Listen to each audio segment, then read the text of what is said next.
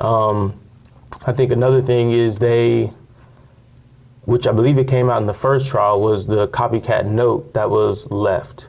How is a note that's not even disclosed to the public that is left at the crime scene, how does a copycat note be left on a vehicle of someone who's close to the family at the time?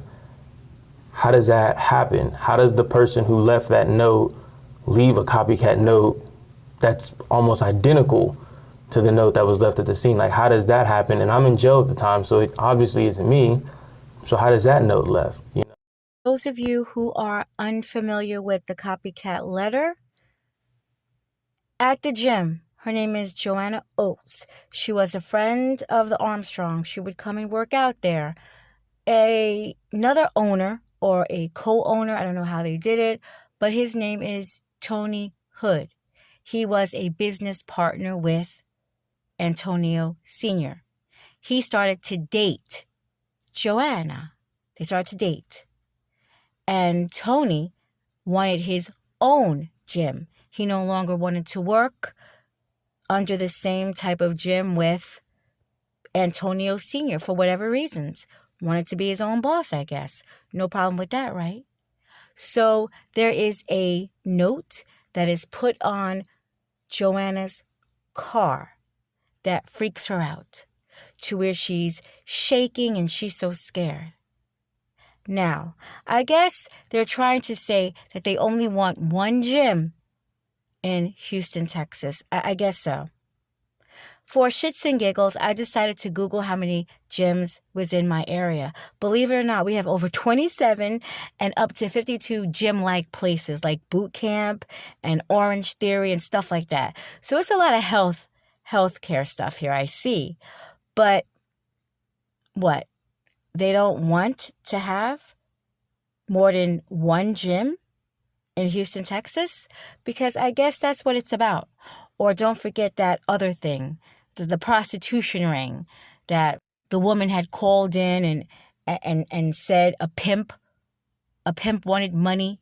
And we already determined a pimp is not going to come to someone's home and have to use their weapon to commit a double murder. It just doesn't happen like that.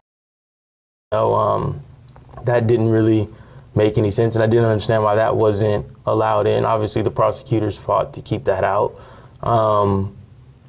Again, they continued to say that I never mentioned the masked man. That was completely made up. I didn't mention that until, I believe they said I didn't mention it until the statement. Well, I told Officer Reed as soon as I came out, he heard me say that there was a masked man in the house. But then after meeting with prosecutors, all of a sudden he doesn't remember, or he thinks someone else told him that. So it's just like, how is at one moment you hear it, you report that you hear it, and then when it's time to testify to it, oh, I don't really remember saying that anymore. It's like, how is that? It's not really giving me a fair shake and telling the truth, because that was something they really hit at during the trial, that, hey, he didn't mention this masked man until his statement. So that's another thing that was kind of frustrating. And then, yeah, there's a few things that the death threats, that was never brought into any trial. Why was it not allowed to be heard that my father was receiving death threats? Why is that something that had to be kept out? The DA felt it was irrelevant, but to us it was very relevant. That I cannot speak on. I don't know anything about any death threats. He said it was kept out of court, so I don't know. My father was receiving death threat. That was known information that was given to the police and the DA's office. And when they got that information, instead of investigating it, they were sending messages back and forth to each other about, hey, should we put it under a different case number? Should we put it somewhere else? I believe one prosecutor said that it's burning a hole in my pocket since I've received this information. Why are you trying to put it under a different case number? Why are you trying to do something different than investigating? Why wasn't it investigated? Because it didn't fit the narrative that they felt 11 minutes in, like the officer testified to. They made that decision and nothing was going to change their mind. no matter what they had. So the fact that my father was receiving death threats made no difference to them. They just brushed it to the side like, oh, okay. At the time, were you aware your dad was getting threats? I wasn't aware at the time, but when that information was disclosed and, we dug into it, it became aware that, wow, okay, this was happening and they're not going to do anything about it. So it, again, sucks because it's not fair to us. Like, how does 2 juries not hear that? I mean, how do 3 juries not hear that my father was receiving death threats? That's something that should be disclosed. That's something that should have been investigated, because if that investigation happens, who knows what information comes out that would have been beneficial to our case that we could have presented before the jury, but there was never any investigation into it. And they didn't tell us about it till quite a while later. I would say months, but it was quite a while later. Were you aware of any of the other things that came out during trial about your parents, their finances, or some of the relationships they had with some folks? When you say relationship they had with some folks, what do you mean by that? There's the allegation that your dad was involved in something. I heard those things for the first time in trial. That was nothing that, obviously I'm a 16-year-old kid. I was not aware of anything like that. So I can't speak on whether it's true. I really can't speak on that. All I can say is that I know my father. I love that man to this day. Never met a man like him, and I couldn't imagine it, but at the end of the day, if they would have investigated it and something like that came out, it would have been a really, really hard pill to swallow and see that, but it wouldn't have changed how I viewed my father, because I just know the man he was. Because there's something, I believe, if I recall, said during the interrogation that maybe it was you just spitballing here, but you said, I don't know if my dad or if someone had a hit out against my mom. Do you remember that? Or something of that variation? I said during the interrogation call, I believe. Believe a hit. How did I say it again, you said? Something like, I don't know if there was a hit out against my mom. Something to that effect is what I remember. He can't remember that he discussed a hit on his mom because you can only remember the truth. It's hard to remember a lie when you're just making shit up, that's why. And as for his father and a prostitution ring, well, I think more than one person would have came to the forefront if that was going on. It should have been multiple people to say this is what he was doing, to say that he was a shady character, if that's the scenario that they wanted to go with. Again, like I said, during that interview, there were things that I spoke on that just, looking back on, I can barely even remember that interview. If it wasn't for the statement itself, that whole night was a blur. And, just, again, it's probably one of those things that I said in the moment that didn't really, just trying to make sense of all of it, because I still to this day don't understand how my parents were murdered. It doesn't make sense to me how we are where we are. My father was loved by everyone I felt. My mother was loved by everyone. They were great people in the community. So for me, it's never really made sense. And I guess at that point, it was 16-year-old me trying to make sense of it. But again, I never thought Josh was involved in anything because he was up at his apartment with his girlfriend and his cousin. So I never thought that. Now, I actually thought for a minute that AJ Jr., he did this all by himself. But more and more, I'm starting to believe that that friend was involved. That's why if there was going to be any writing that was analyzed, it wasn't going to be AJ's, it was going to be that friend's. That's why AJ was so ready to say, I don't have gunpowder on my hand. I at first thought maybe he got an agent to clean it off, because there is an agent that can actually take a good amount of gunpowder off, even if you use gloves. you can still get gunpowder on your hand. I actually Googled that information, but I think he had his friend do it. That same friend that he won't give any information about that friend because he knows that that friend might actually slip and admit a whole lot of things. I actually think he did have a friend do this, promised him some insurance money. I mean, it wouldn't be the first time. It really wouldn't. And the friend wrote the note. That's why when he was locked up, the friend was able to write that same exact note and go find that woman and put that mess on her car. I strongly believe that. But, it was obviously that's another thing that they took and they blew it out of proportion again and made it to seem like, hey, he's lying or he's doing this, when I don't think any 16-year-old kid who loses their parents is going to be interrogated by police officers 7 hours later and is going to make sense of what they're saying. They're probably going to be all over the place. Like, I feel like that was really lost in all of it, is no one knows how a 16-year-old is going to react, but everyone's telling me how a 16-year-old should react. I should have been more emotional. I should have been doing this or doing that, when you don't really know what you're going to do in that moment, because not many people, I don't know many people who have been in that situation before, but it's, that was always tough. Them, kind of really judging the way my character was and how I should have acted or shouldn't have acted. How did you feel when your attorneys were suggesting that your brother might have committed these crimes? I love my brother more than anything. Best big brother you could ever ask for. But from the time he came back from college till about 2 years ago, there was genuine fear of him because of how bad he had gotten with his issues.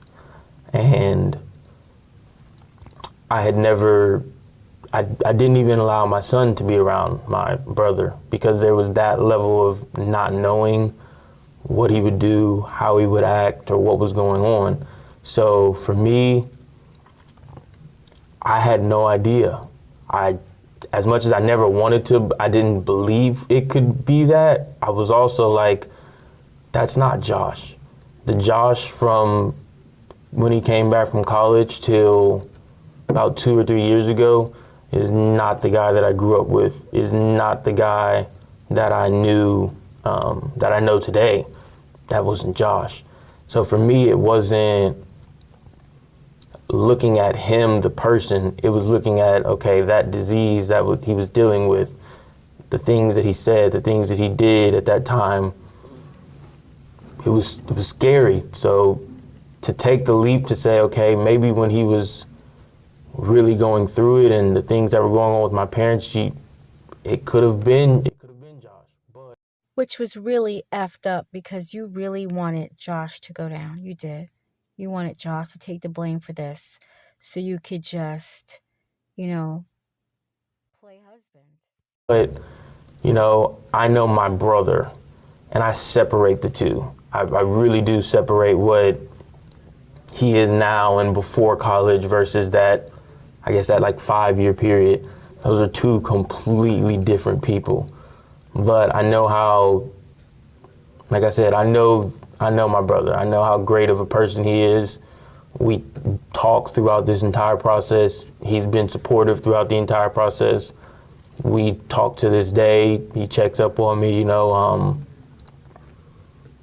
It's not what the prosecutors and some of their witnesses tried to make it out to be with my brother. As a matter of fact, Josh is doing great today.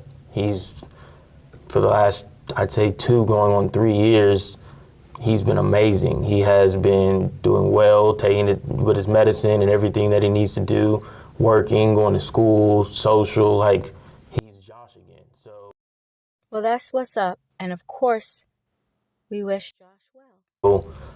for me, that's what I care about most, is having my big brother back and not being in that situation of not knowing, because it sucked having to keep my son away from him. Like, that's his uncle. You know, they should have a relationship, they should know each other, but I just wanted to, being a father, I have to protect mine. I have to protect my wife, my son, and they obviously come first. So I had to separate my emotions of my love for my brother with knowing that, okay, he's not really himself right now. What do you want to say to your family? Oh, I love them. I have the best family in the world. There's nobody like my family. They've supported me without question, without doubt, through it all. And to me, that's all that matters. I don't need, to be told that I didn't kill my parents, because I know I didn't. My family knows I didn't, and they support me. And that's all that matters to me. I have the best wife in the world, the best in-laws, the fact that, at 15, 16 years old, I'm hit with the case that I'm hit with, and they didn't even blink an eye. They've supported me every day. They've been at every hearing, been at every trial. I have people that love me, and I know how genuine their love is, and a lot of people don't have that, and I've learned that through being through this process. There's a lot of people that don't have that family support, that don't have the people that look after them and care for them the way my family does, and I'm forever grateful for it. I think that's why I'm so pissed off the most, because AJ, you had everything. You had so many opportunities. There was a conversation where your father was mad at you when you were, I guess, speeding by that park. And he said, I'm going to take your car and give you a car that fits your maturity. The kicker with me was he still was going to give you a car. I would have gave your ass a bus ticket, a train token. But you know what I'm saying? You wasn't going to get another car. You was going to, unless you got a job and got your own car. They really looked out for you. And you felt entitled. You took advantage of it. And when they kept saying you were disappointing them, you just was like, you know what? Fuck it. Fuck it. And if you saying that your brother is good now because he's on meds, you should probably be analyzed, because something is wrong with you, AJ. It really is. And we're not going to stop fighting. Like I said earlier, this isn't how this story ends. And however long it takes, whatever the process that we have to go through to get me back home, we're going to do that, and we're going to make it happen. And it's as simple as that. Because you all are still appealing. That's still the fact. You're still moving forward with everything you need 100%. To do there. Yes, sir. People will say, if you didn't kill your parents, then who did? Do you have an idea who might have? I feel that answer probably lied within those death threats that my father was receiving. And whatever was going on, the answer was probably behind that door, but the DA shut it. To this day, I don't understand how they did that. Like I was saying earlier, how are you, when we found out and we went before the judge and she said they had to come off of their messages and things like that, how are you guys messaging back and forth about hiding this? Like, you didn't want this to come out. You didn't tell us till much later.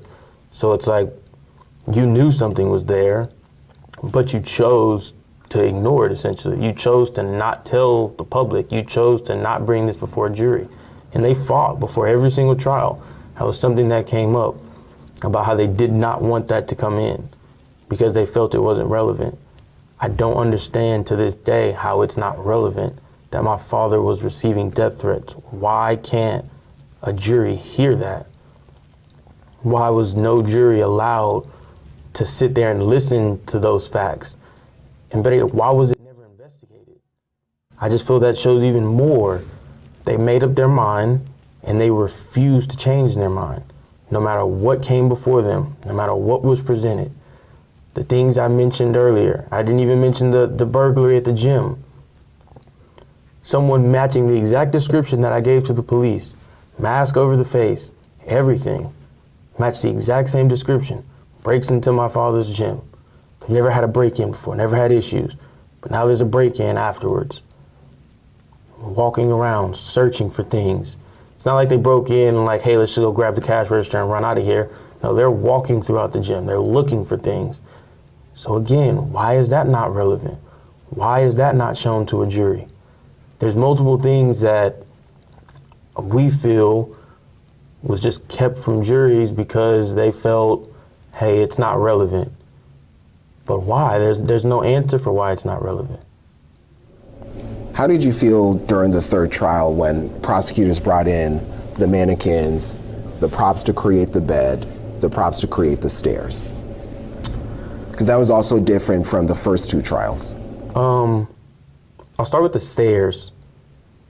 Anyone that's been to my house, their description of the stairs and how you have to come down a certain ways to be able to see, it's just not accurate. You don't have to walk all the way down.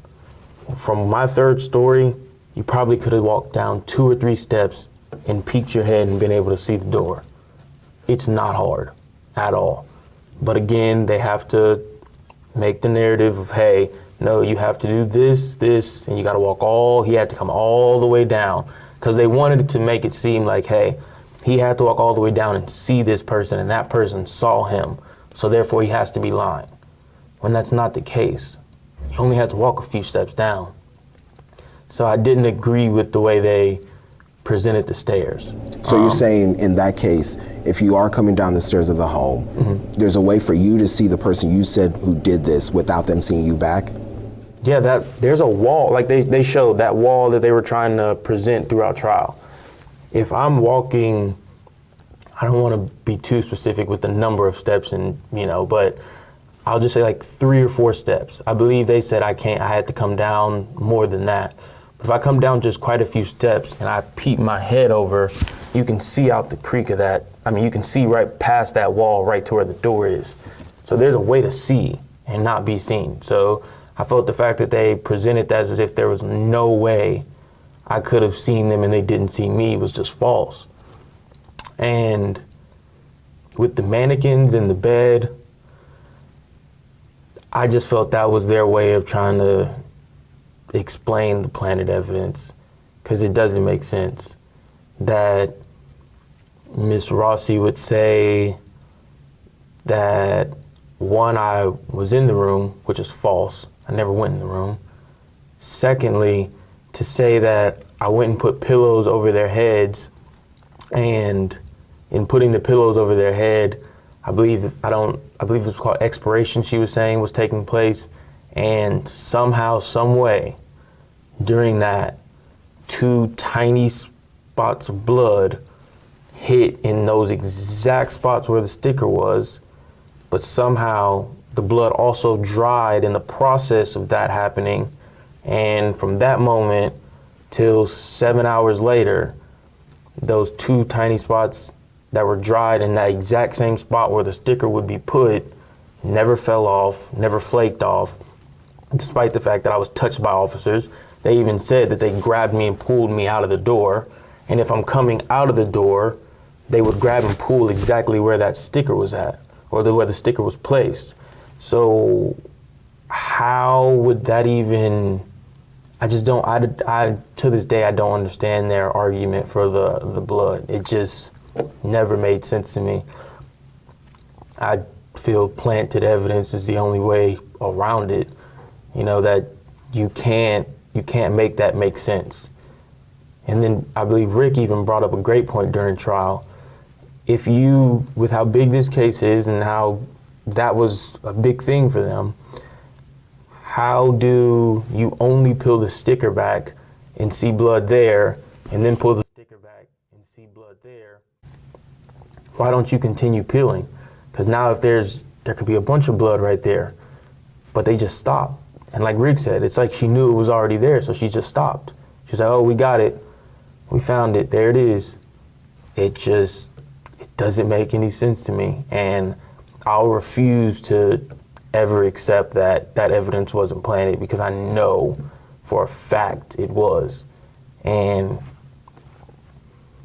the fact that it was allowed in the trial, and it sucks because, like I said, there's no other way around it rather than it was planted evidence.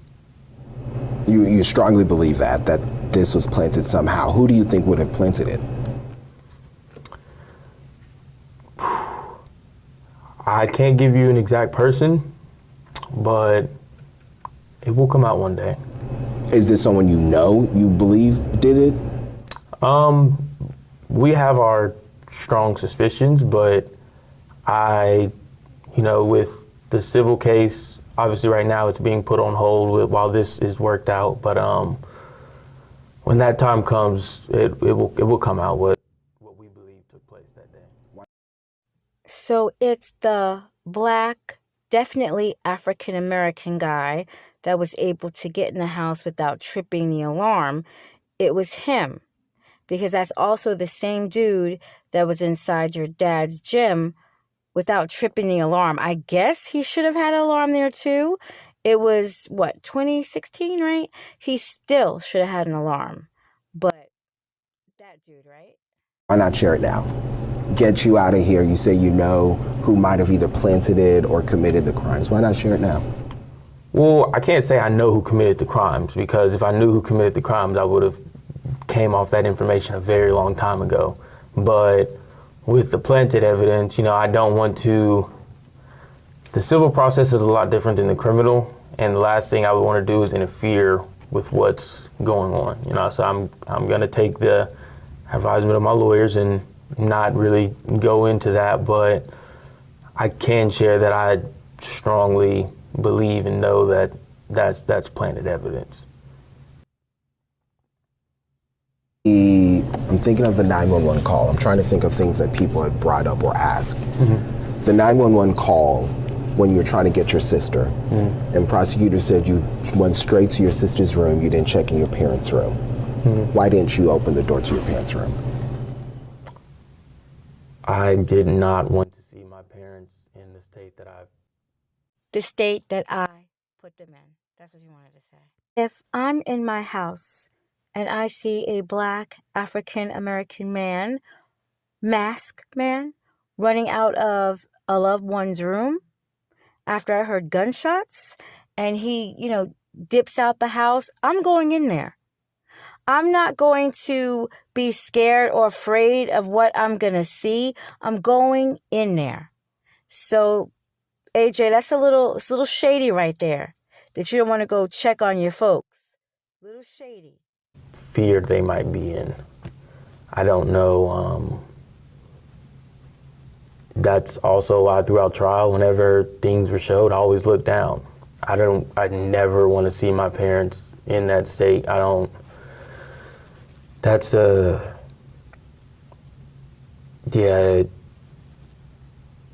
It's not, I want to remember my parents how I remember my parents. And hearing how my mom was found and where my dad was and things like that, that's not something I have any interest in ever seeing, so and again, for that to be used against me, it sucks, because who runs in that room? I don't believe anybody in my situation would have, because again, I didn't want to see my parents. What I was worried was, how they were. And my biggest focus was, I need to get my little sister out of this house, and I need to make sure she's okay. And we will find out let the police come in and do what they need to do and give us the information about my parents. But my sister was my biggest worry. It's my little sister. Have you spoken to your sister since? I have. I tell anybody who asks, she's had it harder than anybody. Even with me sitting in here right now, I'll never compare what she's had to go through to what I've gone through. She was 12 years old at the time. She's very strong, very, very strong. She not only lost her parents that night, but I was put in jail. My brother wasn't doing well. She's just, she's put with my grandparents, and nobody deserves that, what she had to go through. But I don't know how, but I know it's nobody but God. That girl is so strong. She graduated high school, she's going to a great university, made the dean's list. She's a rock star. There's nobody that's a very, very special young lady, and I'm just grateful for her continuous support. She's always supported me. She's always been there for me. I'm going to be honest. I hope she went to go stay with the maternal grandmother. And I do wish her well. I know that has to be crazy. That has to be crazy to lose both her parents at the same time. My mom passed in '08, my dad in 2021, and I swear I think I'm an orphan, so, and she's way much younger than me. I wish her well. To this day, she stepped up. My son calls her TT, and she's always calling and checking on him. She's always in town. Every time she's in town, she's going to see him. She's there for him. So it's a blessing to have her. I'm very grateful for everything she's done, and she's strong. But she's an Armstrong. How has your faith kind of played? How has your faith helped you since you've been here, through all of this? My faith is the only reason why I have my head on straight. There's no other way around it. After everything I've been through, the things that I've had to sit through and listen to, there's nobody but God that I haven't lost my mind or just quite frankly been suicidal or anything like that. Like, it's truly, truly my faith. God has kept me through it all, and that's why I can sit here and be okay, despite the fact that I'm in this prison physically, but I won't allow myself mentally to go to that place. I won't allow this process, all of this, to take anything from me. I'm strong in my word, I'm strong in my prayer, and I believe every word that the Bible says. And I know that as long as I continue to keep my trust in Him, keep my faith in Him, that this is going to work itself out. It doesn't matter to me what anyone else says about the process. I know that God answers prayers, and there's people that are praying all across. We've had people call from everywhere, not just in the United States, from other countries that have reached out to the family to let us know they're praying with us. And there's power in agreement. There's power in the agreement of prayer. So I'm just grateful for all the people that have been supportive, that have just lifted me up, because that's been a blessing here. You can be in here and at times, get the feeling like, man, like how am I even here? But I'll run into somebody and they'll be like, man, I can't believe you're in here. Man, I've run into so many guys throughout this process that have just been like, man, I've been supporting you. My family on the outside has been rooting for you. It's been a blessing. God's been with me everywhere I've been. And obviously coming to prison, I'm not the type of guy that's a fighter and a yeller and a go off like that. I'm just quiet to myself. But and there's the worries of being in here, but like I said, God's been with me everywhere I've gone. I've been given favor with, inmates that have just looked out for me, who somehow knew me or heard about me somehow. I've had people reach out to me on the tablet, just messaging me from all over the place, that have just heard about my case and just wanted to reach out and say they support me and they're praying for me. So being hit with all that support, I know it's nobody but God that's just put this many people around me to be able to show me that love throughout all this time. What's the day-to-day like here, would you say? It is, I work in the kitchen, so I, just am busy. I only work Thursday to Sunday. You have to work 4 days and you're off 3. But, I just keep myself busy. I do like to, I spend a lot of time you know, keeping up to date on my sports, because that's my love right there. Yeah, AJ, we know that's your love right there. That was your father's love as well. You're a junior. He wanted a mini-me. He almost had a mini-me. But, you know, outside of that, just keeping my mind occupied, you know, because it's a process, you know, it's something you have to take a day at a time. You mentioned that this is not the end of your story. No, not at all. Tell us your story. What happens next? I can't tell you the time, I can't tell you the date, but I'm gonna walk out of here. And I believe I'll be acquitted. I believe that this thing is gonna work itself out. I have no choice but to keep my faith in God. I know that He answered my prayers when I first prayed in 2016. I know He answered all of my family's prayers over these years and the people that we've met and run into. And I get back out, I've met so many people, this is what I want to do with my life.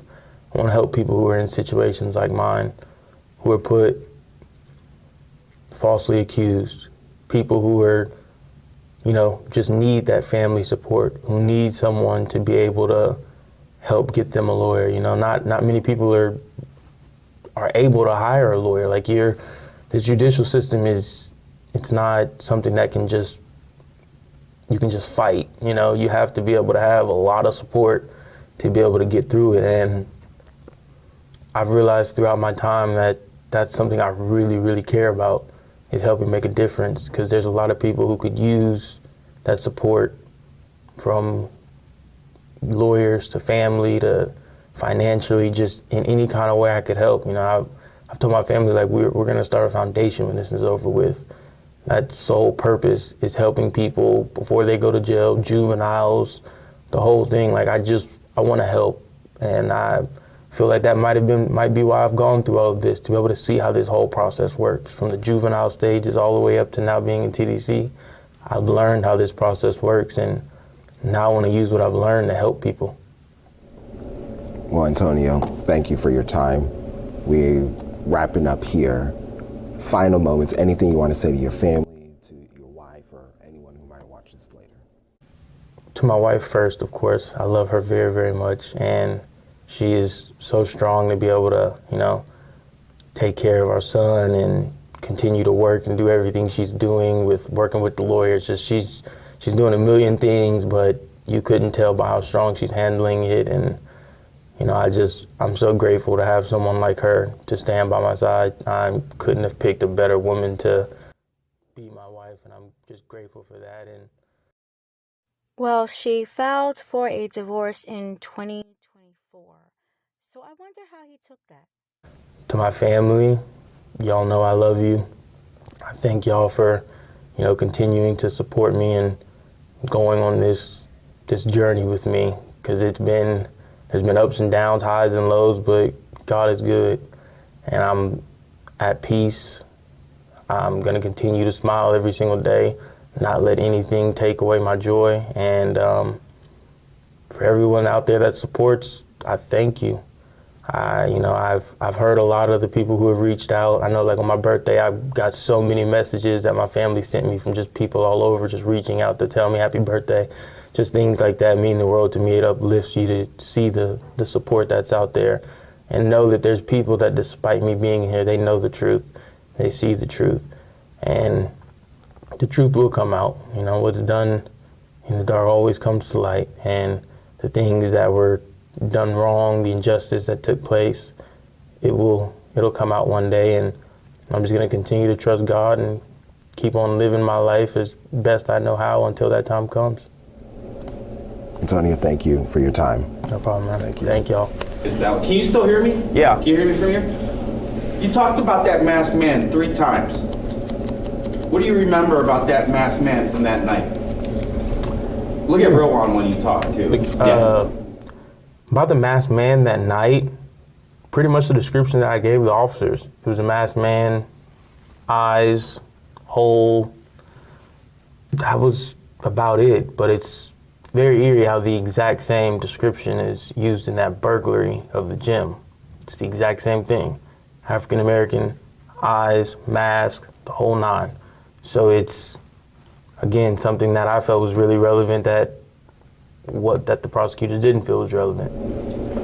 Do you think that the Maxine Waters was right in saying that your dad was a part of a prostitution ring?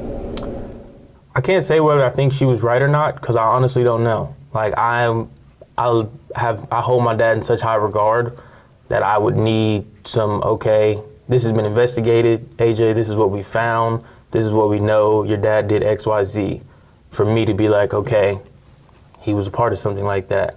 But it was never investigated. They just threw it under the rug like it doesn't matter. So, yeah. Last one for me. The alarm system was a major pivotal focus point from Ryan Trask from the second trial to the third trial. Your thoughts on the alarm system, and what do you think about it today after all of that? Yeah, the alarm system was huge, obviously, throughout the trials. I mean, for me personally, I thought Chris did an amazing job breaking down the alarm. You have, 79 errors, I believe, in just July alone that weren't picked up with somebody coming in. Now, Mr. DaCosta said that this is normal, not a big deal, but for me, he's the president or vice president of that company. He can't come out and say that, hey, these 79 errors are concerning, because then he's going to be having his phone ringing all day long with people who have those exact same issues, potentially saying, okay, well, if it's a concern for that house, then should I be concerned? Is my alarm system not working? So he said what he had to say. But at the end of the day, you can't get around the fact that someone could come into that house and not even be, and the alarm not even pick it up, or the fact that the alarm system wasn't even installed properly. You're not supposed to have two doors on one sensor, but that's what we had. And we showed that that door could open and close and open and close and it not even be picked up. And we showed that you could come in that house and go straight up those stairs and not be picked up by that first floor motion detector. These are things that we pointed out, and like I said, Chris did an amazing job of breaking all of that down. And I don't believe in the alarm system that we had. I don't even believe that alarm system is still used. It was that 2 gig system. I don't even think it's something that companies use anymore. So for me, the argument that we made for the alarm system was factual. You can't have 100-something errors over the 3 months before the murders and say that that's not a problem. It is a problem. And that's all the time we have. Thanks, Antonio. I think you pronounce his name Ralwin Bulligan. However, the interview was awesome. It really was. He asked all the questions that I would have probably asked and then some. Even cameraman dude was good. Interview was awesome. Now, AJ is saying there is some pertinent information that's going to be coming up soon, and we're going to be hearing about stuff, and people are going to be held accountable, and he's going to be able to walk out of that prison one day. And all I'm going to say is, if it is true, if there's information that we do not know, that they have not told us, because based on what we've seen and based on what we know, we are like the jurors in a way. Based on what was given to us, you are 100% guilty. But again, if there's information that that you guys have stashed aside and you're about to bring it on the public soon, and you are an innocent young man, then of course I would want you out if you're innocent. Nobody innocent should be locked up, especially for killing their parents.